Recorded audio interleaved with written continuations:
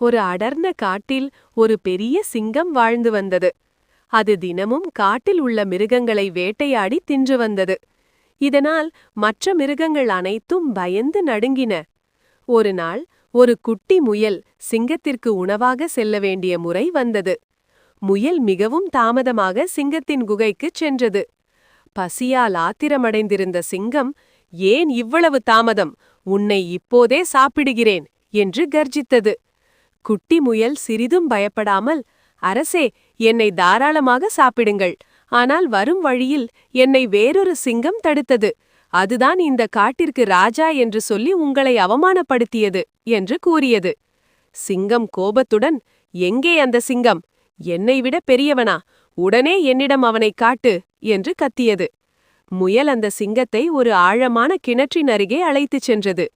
"இதோ இந்த பாதாள கோட்டைக்குள்தான் அந்த சிங்கம் ஒளிந்திருக்கிறது" என்றது. சிங்கம் ஆவலோடு கிணற்றுக்குள் எட்டி பார்த்தது.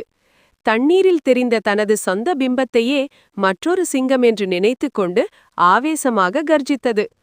கிணற்றுக்குள் இருந்த பிம்பமும் பதில் கர்ஜனை செய்வது போல் எதிரொலித்தது. உடனே அந்த சிங்கத்தை கொல்ல எண்ணி சிங்கம் கிணற்றுக்குள் குதித்தது. அதன் பிறகு அதனால் வெளியே வரவே முடியவில்லை. நீதி: உருவத்தில் சிறியதாக இருந்தாலும் புத்திசாலித்தனத்தால் பெரிய ஆபத்துகளையும் வென்றுவிடலாம்.